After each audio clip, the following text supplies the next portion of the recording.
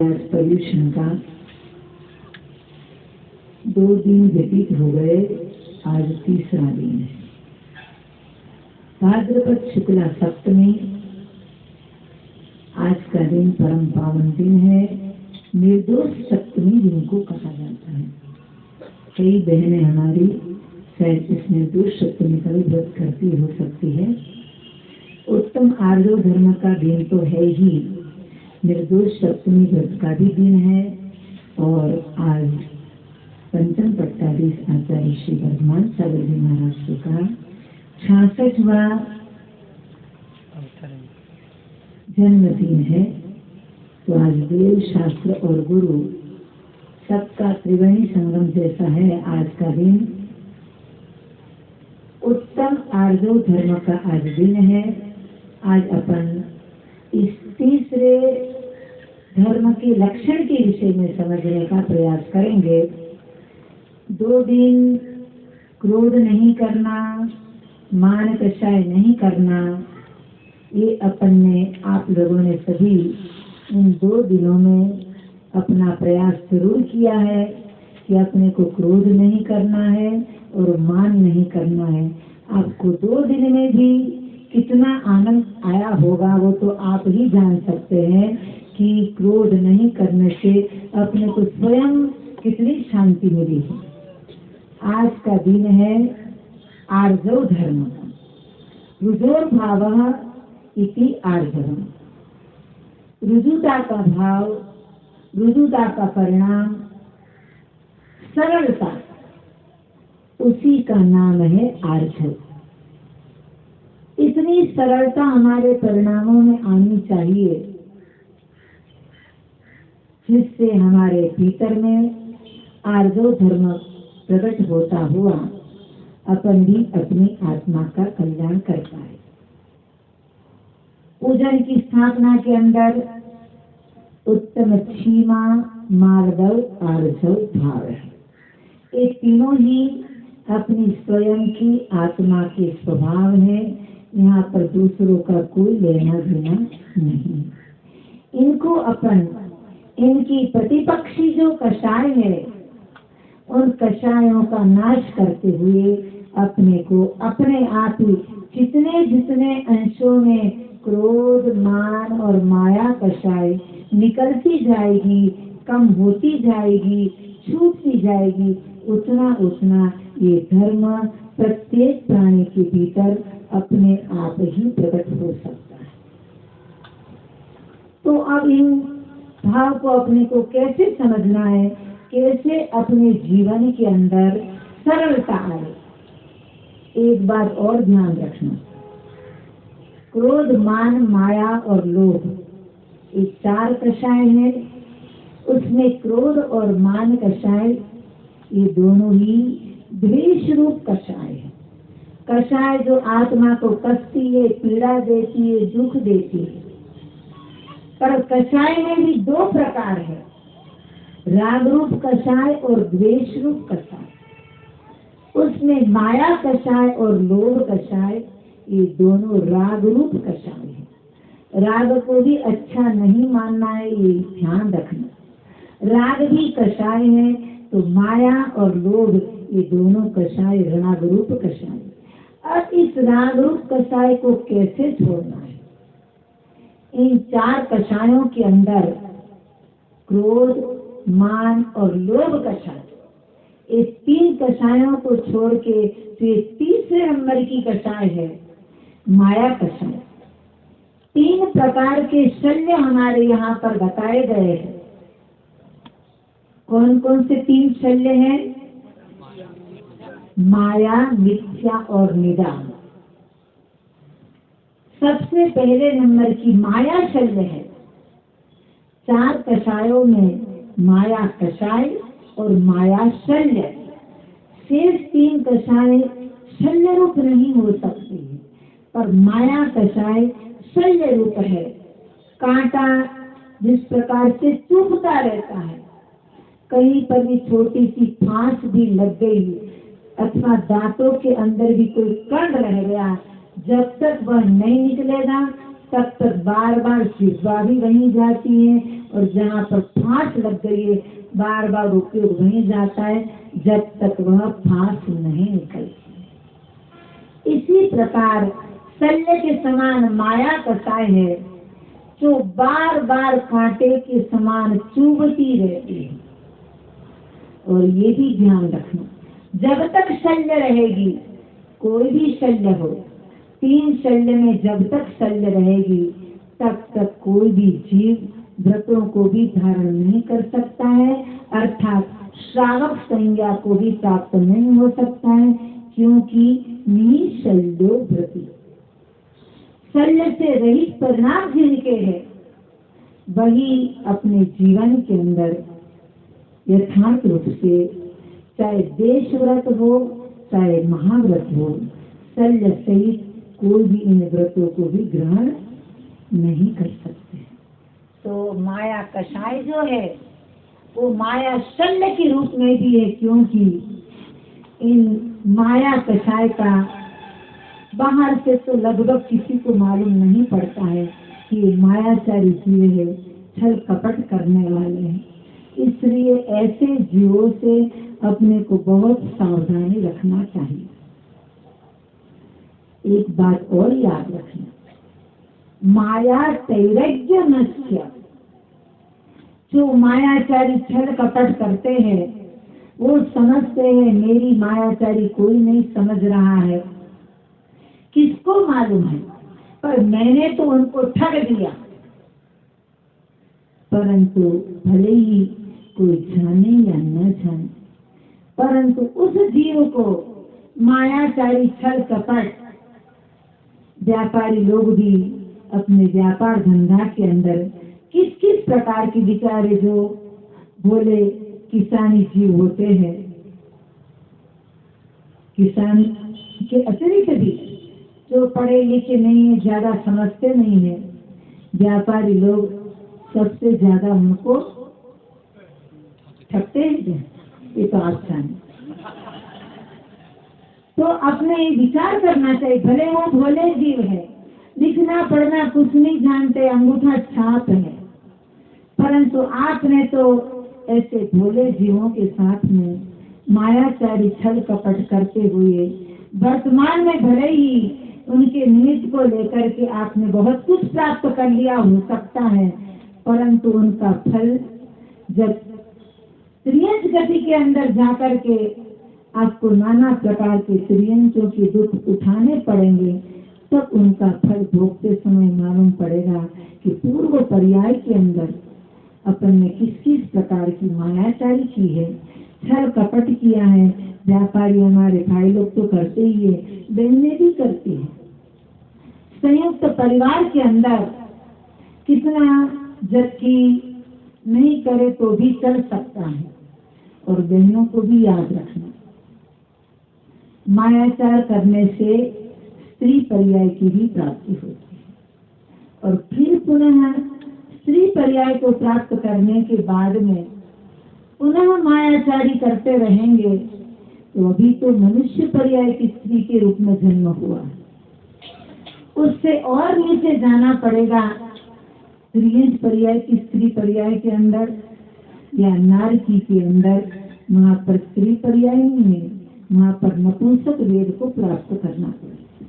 इसलिए कितनी सरलता, क्या करना पड़ता है, मायाचारी छल कपट।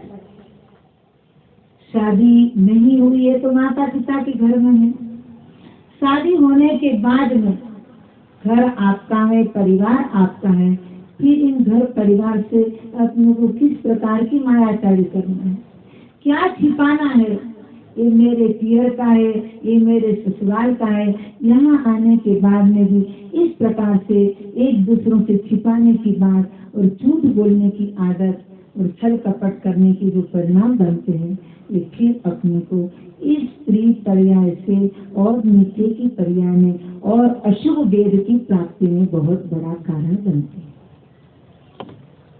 उसके बाद में अपन चलते हैं आर्जव धर्म को समझने के। कैसे अपन इस आर्जव धर्म को समझे? सभी धर्म के आगे उत्तम शब्द लगा है, ये सारे धर्म श्रमणों के धर्म है। वे श्रमण, उनका मन इतना पवित्र है, पवित्रता के कारण उनकी मनसा वाचा काया, उनमें किसी प्रकार की विरूपता नहीं दिखाई देती। जो मन में है वही वचन में और वही काय के अंदर। आप लोगों ने पूजा के अंदर बोल दिया है, मन में हो ये सो वचन उचरिए, वचन हो ये सो तन सो करिए। वो किन जीवों के लिए है? जिनके अंदर लगभग सब प्रकार की कषाय निकल चुकी है, मात्र पानी की रेखा के समान संधरण कषाय का उदय है। उस रूप जिनके अंदर माया है, किसी को दगा देने की, किसी के साथ छल कपट करने की, इस प्रकार की उनके भीतर में भी, अंतरों में भी इस प्रकार की भावना नहीं है। और साथ में क्या बता दिया आपने? रंजक दगा बहुत दुखदान, किंचित मात्र भी किसी को भी अपने दगा दिया है, विश्वासघात किया है किसी के साथ में, वो बहुत बड़ा दुखदायी होता है, वर्तमान में भी और अगले भविष्य में भी उनका फल अपने को बहुत दुखदायी मिल सकता है। और यहाँ जो आपने पूजन में पढ़ा है, मन में हो ये सो वचन उचरिए, वचन हो ये सो तन सो करिए।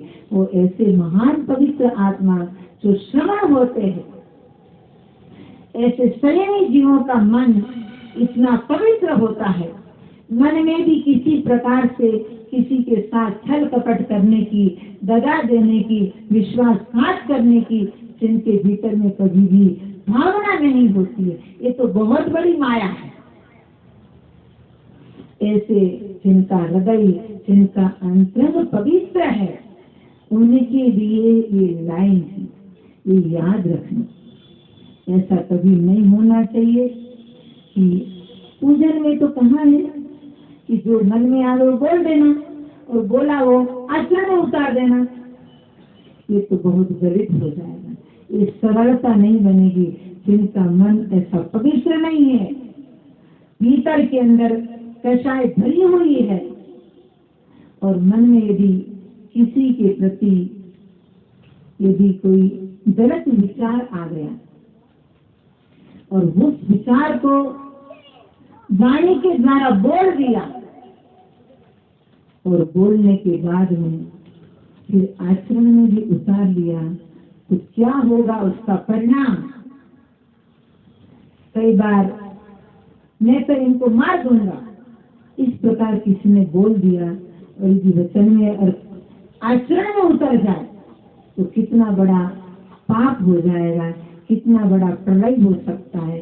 इस प्रकार की मन में जो आगे बोल दिया, मैं तो मन में नहीं रखता हूँ, पर ऐसा तो मन में आया तो केवल आपका अंतरंग जान रहा है, केवल आप ही दुखी हो रहे हैं। और वचन से एक बार बाहर वचन का तीर निकल गया, और जो एक बार वचन बाहर निकल गया उसके बाद में कितनी बार बोलोगे, परंतु एक बार जो वचन निकल गया तो तीर के समान पूरे पर्याय तक और अगले भगवानता तक भी वो वचन दूसरों के भीतर से नहीं निकल सकता। इसलिए पद्मनंदी पंचनिष्ठिका के अंदर पद्मनंदी आचार्य ने कहा है कि मन, वचन और काय की एकता किनके अंदर होती है? मनस्येकम, वचस्येकम, कायेचैकम, लक्षणम एतद् महात्मना। मन, वचन और काय की जो एक रूपता है वो केवल महात्मा, उन संयमी, उन साधुओं के अर्थात उन श्रमणों के ही मन, वचन और काय की एक रूपता होती है। परंतु अन्य संसारी जीवों के अंदर मनस्यन्यद, वचस्यन्यद, काये चान्यद दुरात्मना। जो दुष्ट जीव होते हैं, संसार की प्राणी जो है, उनके मन में कुछ है, वचन में कुछ है और शरीर के माध्यम से उनका आचरण कुछ है। इसलिए ये माया कषाय बाहर से पकड़ने नहीं आती। मच्छर जो होता है वो मच्छर क्या करता है, जिनको काटना है, जिनको डसना है, पहले वो बार बार उनके आसपास में घूमता है, चरणों तक पहुंच जाता है, फिर ऐसा गुनगुनाता रहता है। ऐसा लगता है कि तो गुनगुना रहा है, परंतु कोई अवसर मिला, चांस मिला तो तुरंत ही डस जाता है। इसी प्रकार जिनको मायाचारी और छल कपट करना है, जिनके साथ में प्रारंभिक जीवन, प्रारंभिक अवस्था के अंदर इतना अच्छा आपके साथ में व्यवहार करेगा, जैसे आप कहते वैसे वैसे कार्य करता जाएगा, वचनों से बहुत आपकी प्रशंसा भी करता जाएगा। इसलिए आपको ऐसा लगता है कि ये तो अपना ही आदमी है, और जब मौका मिला तब ऐसा डसता है कि आपको मालूम भी नहीं पड़ता और आप जीवन भर तक उनकी इस प्रकार की प्रक्रिया जो दशा है उनको नहीं भूल पाते। इसलिए जो बहुत, जिनको आप लोग क्या बोलते, चापलूसी करते हैं, हमें तो मालूम नहीं है शब्द का अर्थ, परंतु सुना है जरूर कि चापलूसी जो करने वाले जो लोग रहते हैं उनसे बहुत सावधान रहना चाहिए। मायाचारी, छल कपट करने वाले लोग बाहर से तो बहुत मीठे बनते हैं, ये राग रूप कषाय है। द्वेष रूप कषाय तो बाह्य में थोड़ी दिखाई देती है, परंतु राग रूप कषाय किसी प्रकार से दिखाई नहीं देती है। दिन भर के अंदर मनुष्यों के अंदर कितने कितने रूप बदलते हैं, ये तो आप ही जान सकते हैं। कितने कितने मुखौटे बदलते हैं। मूल रूप में विचार किया जाए तो 4 प्रकार के रूप बन सकते हैं मनुष्यों के, क्योंकि ये सब बातें विशेष रूप से यद्यपि एकेंद्रीय से लेकर के पंचेंद्रीय तक के सभी प्राणी इन चारों कषायों से आक्रांत हैं। चारों कषायों का उनके उदय है, परंतु जितनी कषाएं अधिक रूप से मनुष्य पर्याय में मनुष्य करता है, तभी तो उसके फल स्वरूप चारों गतियों के अंदर वो उत्पन्न हो सकता है। एक तो उनका रूप है, जैसा उनका स्वयं का रूप है, जैसा का वैसा ही वो दिखना चाहता है। पहले नंबर का तो ये है, यथार्थ जो मनुष्य का स्वरूप है, जैसा का वैसा ही वो दिखना चाहता है। दूसरा उसका रूप है,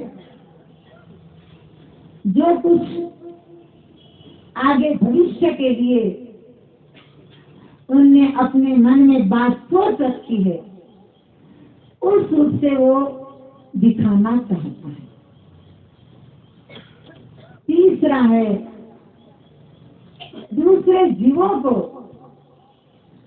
जीवों को बाहर से कुछ दिखाना चाहता है।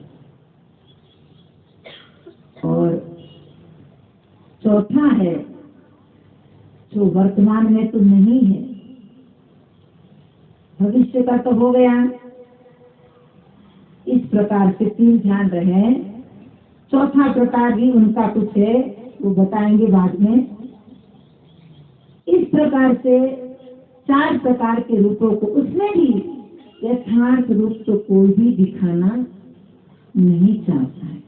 बाहर जो दिखाई देता है दूसरों को, वो उनका जो रूप है कि दूसरों को मुझे बाहर किस प्रकार से कैसा दिखाना है, ये लगभग सभी के मन के अंदर ऐसे विचार रहते हैं कि बाहर में मुझे कैसे दिखाना है लोगों को। और उसी रूप को कई बार तो ऐसा होता है, सामान्य 2 व्यक्ति खड़े होकर के बैठ करके कोई बात कर रहे तीसरे व्यक्ति और वही तीसरा व्यक्ति आ जाता है तो वहीं के वहीं किस प्रकार से बात को बदल के आइए आइए आपको याद कर रहे थे। ये तो किस प्रकार का अपना परिणाम, किस प्रकार का अपना मुखौटा कैसे कैसे बदल जाता है। ये किस प्रकार की अनादि संस्कार के कारण प्रति समय इस प्रकार से मायाचारी के परिणाम के फल स्वरूप किस प्रकार के हमारे परिणाम बनते हैं और उनका दुख कैसे उठाना पड़ता है। जो मित्र थे उसमें एक तो अच्छा कलम का धनी था, बहुत बड़ा लेखक था, अपनी कलम के माध्यम से बहुत कुछ रचनाएं करता था, कलम का धनी था। और दूसरा मित्र जो है आगे बढ़कर के जिनको आप नहीं मानते हैं ऐसे धन वैभव से संपन्न होता हुआ वो बड़ा पैसे वाला हो गया। बड़े होने के बाद में वो अपने स्थान पर है। जो लेखक का जो कलम का धनी था वो लेखक, वो बेचारा अपने स्थान पे है।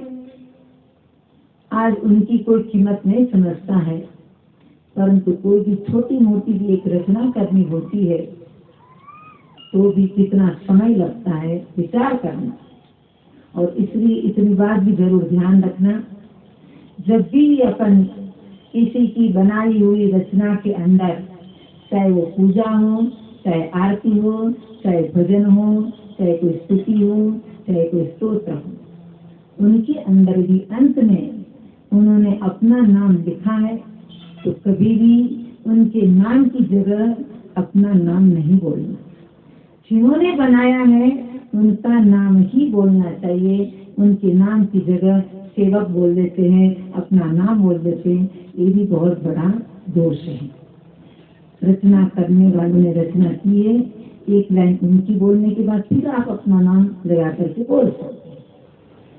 तो दो मित्र थे, बचपन में बाल सखा थे, आगे बढ़ करके सब दोनों ही अपने अपने स्थान पे थे। बहुत बड़े पट्टे हो गए थे। दूसरा मित्र पैसे से भी धनवान पर भी बड़ा था। उस समय के बाद में कलम के धनी जो मित्र था उनको विचार आया कि चलो मैं मित्र से मिल करके आता हूँ। मित्र की जानकारी मिली थी, उस बाल सखा उस मित्र की याद आई। बचपन में दोनों ही बिल्कुल दो शरीर पर एक के समान रहते थे। मित्र की याद आने पर वहीं पहुंच गए। जैसे ही उनकी बंगला के पास पहुंचे, वैसे ही वो ऊपर से उतरते हुए कार में बैठने के लिए तैयारी कर रहे थे। इतने में ये बाल सखा जो लेखक मित्र था वो उनके पास में पहुंच गया। उनको देख करके उनको भी बड़ी प्रसन्नता हुई।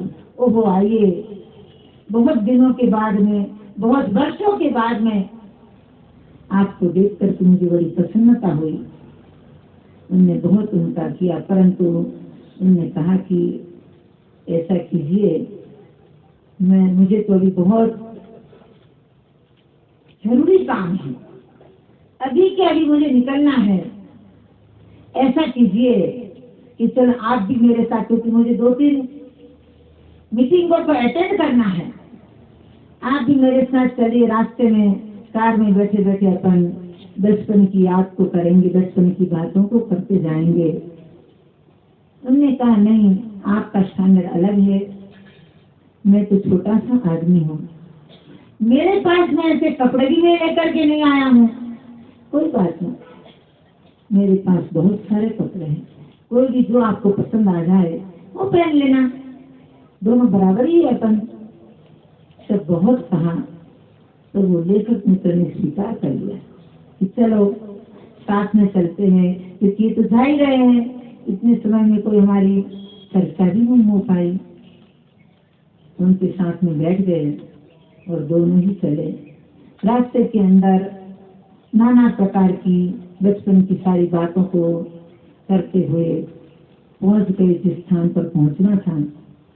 वहां पहुंचने के बाद में मीटिंग अटेंड करनी थी, बहुत बड़ी सभा थी, ये मीटिंग चाहिए। अब उनके पास तो कपड़े नहीं थे, बहुत बड़े स्तर पर मीटिंगें थी, सभा थी। उन्होंने कहा कि पहन लीजिए मेरे कपड़े, साथ में ले गए। और जब उनका बोलने का समय आया, उन्होंने अपने लेखक मित्र का बहुत अच्छा परिचय करवाया।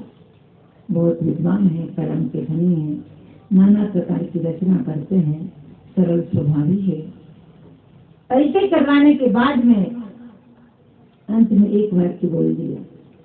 क्या बोल दिया? इनने जो कपड़े पहने हैं वो कपड़े मेरे हैं। जैसे ये वाक्य बोला सभी को याद रहता है, सब जानते हैं। जैसे वो वाक्य बोला तुरंत ही उस लेखक तो पानी पानी हो गया। परिचय करवाने के साथ साथ कपड़े के लिए कोई परिचय करवाने की आवश्यकता नहीं थी, नहीं बोलते तो भी चल सकते थे, परंतु लेखक ने अपनी गंभीरता रखी और वहाँ कुछ नहीं बोले। पर उनको भीतर में अंतरंग में ऐसा लगा क्या इस प्रकार की मेरी बेइज्जती कराने के लिए मेरे साथ में लाए हैं। एक प्रकार से तो कहते मैं तुम्हारा परिचय हर प्रकार से करा दूंगा, और उसके बाद में कपड़े का कोई परिचय कराने की आवश्यकता नहीं थी। भीतर में बहुत हुआ, परंतु वो शांत, क्योंकि क्या होता है जो व्यक्ति के मन में होता है कहीं न कहीं वो बाहर निकलता ही निकलता है।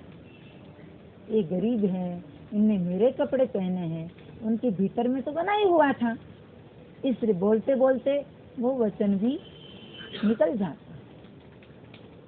उसके बाद में जब दोनों मिले तब उनने कहा कि अब मैं वापिस चाहता हूँ, आपने मेरा जरूर परिचय करवाया, पर कपड़े की यदि बात नहीं छेड़ते तो भी चल सकता था, तो कपड़े की बात छेड़ने की कोई आवश्यकता नहीं थी। उन्होंने कहा कि मेरे द्वारा गलती हो गई है, मुझे क्षमा कर दो, मैं आगे से और ध्यान रखूंगा, अब कभी भी इस प्रकार से बहुत ध्यान रखूंगा। चलो भी बेचारा लेखक मित्र सीधा सरल था, वापिस बैठ गए। वापिस दूसरी बड़ी मीटिंग अटेंड करनी थी, वहाँ वापिस पहुँच गए। वहाँ इसी प्रकार से लेखक का बहुत अच्छा परिचय करवाया और चढ़ा बढ़ा करके, और अंत में फिर बोल दिया इनके कपड़े के विषय में मैं क्या कहूँगा। इनके जो कपड़े हैं वो कपड़े इन्हीं के ही है, इनने जो कपड़े पहने हैं वो इन्हीं के हैं।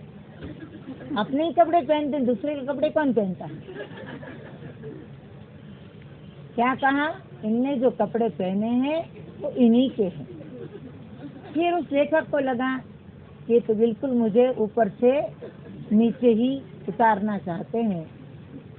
फिर भी लेखक ने उस सभा के अंदर, उस मीटिंग के अंदर कितनी गंभीरता रखी। आज यदि उसी जगह यदि कोई होता तो तुरंत एट अ टाइम उस मीटिंग को छोड़ करके चले जाते, परंतु लेखक ने गंभीरता रखी, बैठे रहे। फिर जब बाद में मिले, तुम्हें कपड़े कपड़े पे क्या रटन लगा रखी है? अरे देखो मेरे ध्यान में नहीं था, इसलिए मैंने कह दिया, तुम्हारी तरफ दृष्टि गई और मुझे मेरे कपड़े दिखाई दिए, इसलिए तुरंत मैंने कह दिया कि कल तो मैंने कह दिया था कि मेरे कपड़े हैं, आज यही कहना है मुझे कि कपड़े। 2 बार हो गया।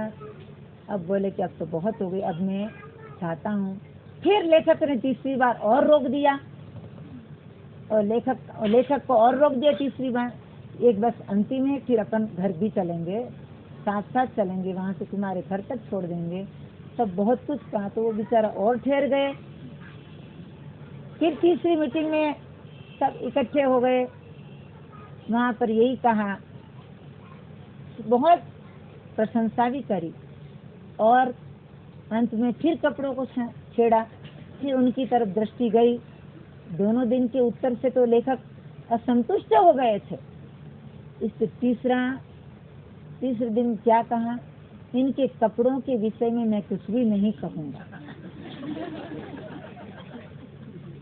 तीनों दिन विचार करना आप किस प्रकार से उस लेखक के साथ में उस व्यक्ति ने, भले बड़े थे, छोटे व्यक्ति को किस प्रकार से मायाचारी छल कपट के माध्यम से ऊपर से प्रशंसा करते हुए और अंत के अंदर बिल्कुल बेचारे को नीचे गिरा देना। इस प्रकार की परिणति, इस प्रकार की भावना कभी भी अपने अंदर नहीं होनी चाहिए। इस प्रकार की ठीक है, ये तो अपन एक छोटा सा दृष्टांत के माध्यम से समझा है, परंतु अपने को अपने जीवन के अंदर किसी भी जीवों के साथ में, क्योंकि केवल माया कषाय को समझते हुए अपने को आर्जव धर्म तक पहुंचना है। कैसे अपने भीतर में आर्जव धर्म प्रकट हुए, इसलिए जो कहा है, मन में होए तो वचन उचरिए, वचन होए तो तन से करिए। यदि आपके मन के अंदर पवित्र भाव आया है, दूसरों के प्रति अच्छी कोई भावना हुई है और आपके मन में आई है, तो भले ही आप बोलिए और फिर उनको आचरण में लाइए। पर मन में यदि किसी के प्रति बुरे भाव आए हैं तो उसको कभी भी अपने वचन से बाहर प्रकट नहीं करना। मायाचारी करने वाले भी ऐसे 4 प्रकार के जीवों को बताया है, जो भीतर से भी सरल होते हैं और बाहर से भी सरल होते हैं। भीतर से भी नरम और बाहर से भी नरम। ऐसी कौन सी वस्तु होती है जो भीतर भी नरम और बाहर भी नरम? अंगूर होती है, किशमिश होती है, वो भीतर भी सरल नरम और बाहर भी नरम। ऐसे जीव होते हैं, बाहर भीतर दोनों की उनकी एक रूपता होती है, सरलता होती है। आज के दिन के अंदर अपने को अपने जीवन में सरलता को प्राप्त करना है। भले ही कम ज्ञान हुए, ज्यादापन नहीं समझते हैं, तो जो सरल व्यक्ति है वो जरूर अपने जीवन के अंदर, इस पर्याय के अंदर भी बहुत कुछ शांति और सुख की प्राप्ति कर सकता है और अगले भविष्य में भी वो बहुत कुछ अपने आत्म कल्याण के मार्ग में आगे बढ़ सकता है। पहली प्रकार के जीव कैसे होते हैं, तो बाहर से भी सरल और अंदर से भी सरल। दूसरी प्रकार के जो जीव होते हैं वो कैसे होते हैं, बाहर से तो कठोर होते हैं और भीतर से नरम होते हैं। बाहर से कठोर और भीतर से नरम, क्योंकि आपके घर गृहस्थी के जीवन में भी गुरु शिष्य का जहाँ संबंध है, वहाँ पर भी कई बार अपने को ऐसा लगता है कि माता जी महाराज बहुत फर्क है। परम पूज्य का विशुद्धमती माता जी सभी परिचित हैं और केवल उनके नाम से ही कि उनके पास में जाने के लिए कोई अकेला जाने की हिम्मत नहीं करता है। पिंडर की बात हमें कई बार याद आती है, उसका दृश्य भी याद आता है। आचार्य अजीत सागर जी महाराज, उनके पास में तो अकेले ही चले जाएंगे, अध्यक्ष हो चाहे मंत्री हो, महाराज से बात करनी मैं घर के आता हूँ। परंतु विशुद्धमती माता जी के पास जाना है तो पूरा पंच इकट्ठा होंगे। माता जी के कमरे के बाहर आकर के भी हिम्मत नहीं पड़ती कि अंदर जाए।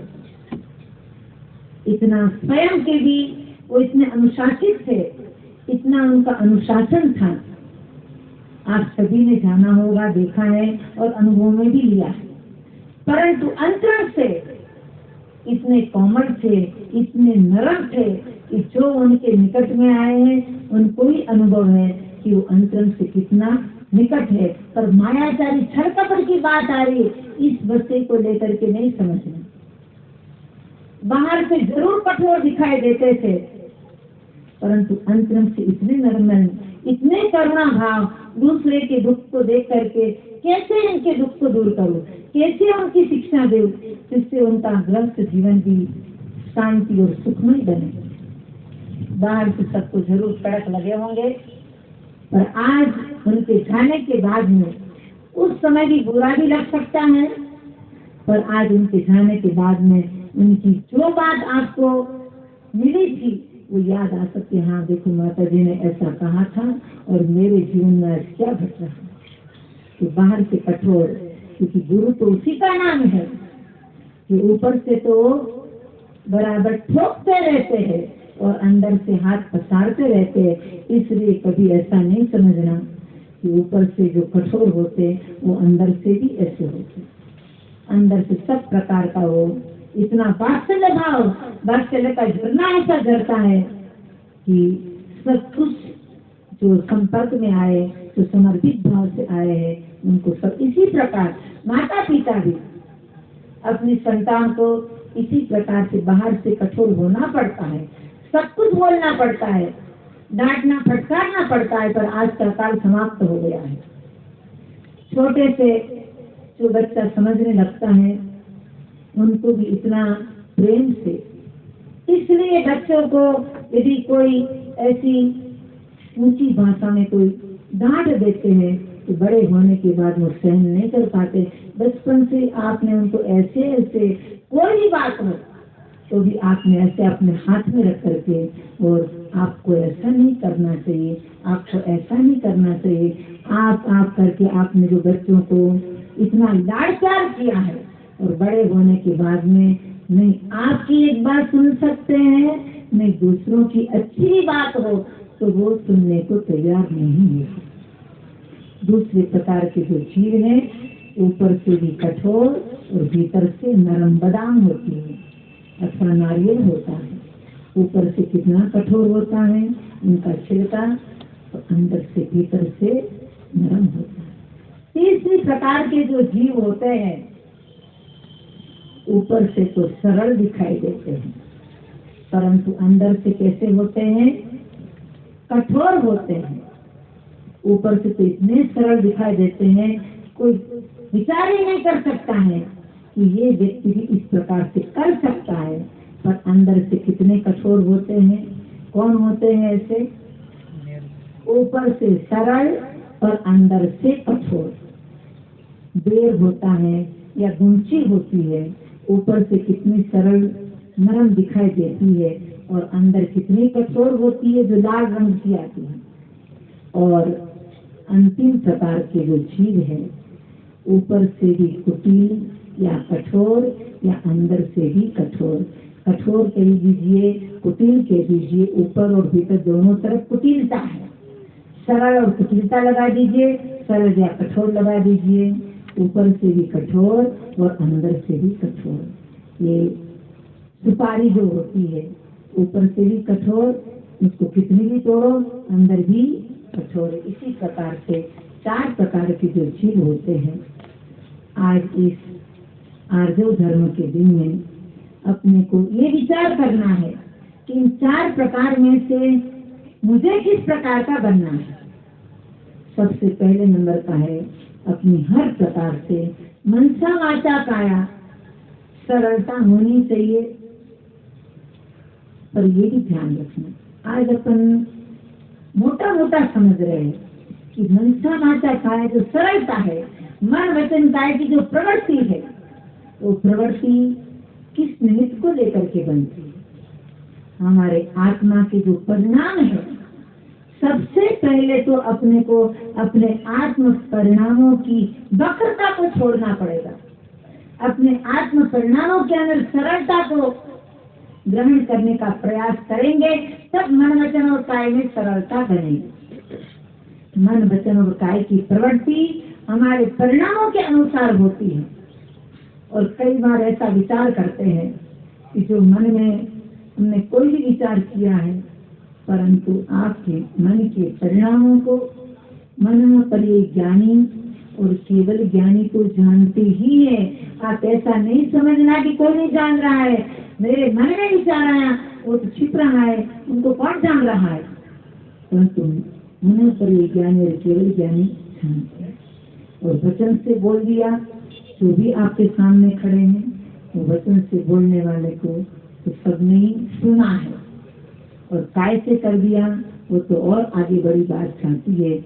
इसलिए मन में मात्र मायाचार कुटिलता के परिणाम आए और उसका वचन में भी आ गया परिणामों के फल स्वरूप, और उसका आचरण में भी उतर गया, तो उसका दंड सबसे अधिक मिलता है। इसलिए आज आर्जव धर्म के दिन अपन थोड़ा सा ऐसा प्रयास और पुरुषार्थ करें कि हमारे जीवन के अंदर सरलता हो, केवल सुन करके नहीं जाना, किसी प्रकार के भीतर में मायाचारी छल कपट, हमारे भाई लोग भी व्यापार धंधा के अंदर मायाचारी छल कपट जितना इन पाप परिणामों से, इन कषाय परिणामों से जितना भी आएगा वो वैसा का वैसा ही जाएगा। इसलिए आपको ऐसा नहीं समझना कि मैंने तो इनको ठग लिया है। उसका फल जिस नाली से, जिस नाली के माध्यम से आपका धन आ रहा है, उसी नाली के माध्यम से जाएगा। यदि आपने अन्याय को छोड़ करके न्याय नीति से, सरलता से जितना जैसा प्राप्त किया है, उसी प्रकार से स्वयं के साथ, परिवार के साथ और सभी अन्य लोगों के साथ में ऐसे सरल परिणाम रखे हैं, तो वर्तमान के जीवन में भी अपने को शांति और सुख की प्राप्ति होगी, और अगले भविष्य में नियम से प्रेम गति और नरक गति के दुख तो छूट ही गए, केवल मनुष्य गति और देव गति के अंदर उन सरलता के फल स्वरूप उन पर्यायों को अंदर जा करके वहाँ पर नाना प्रकार के आत्म कल्याण के साधनों को प्राप्त करते हुए अपन अपनी आत्मा का कल्याण कर पाएंगे।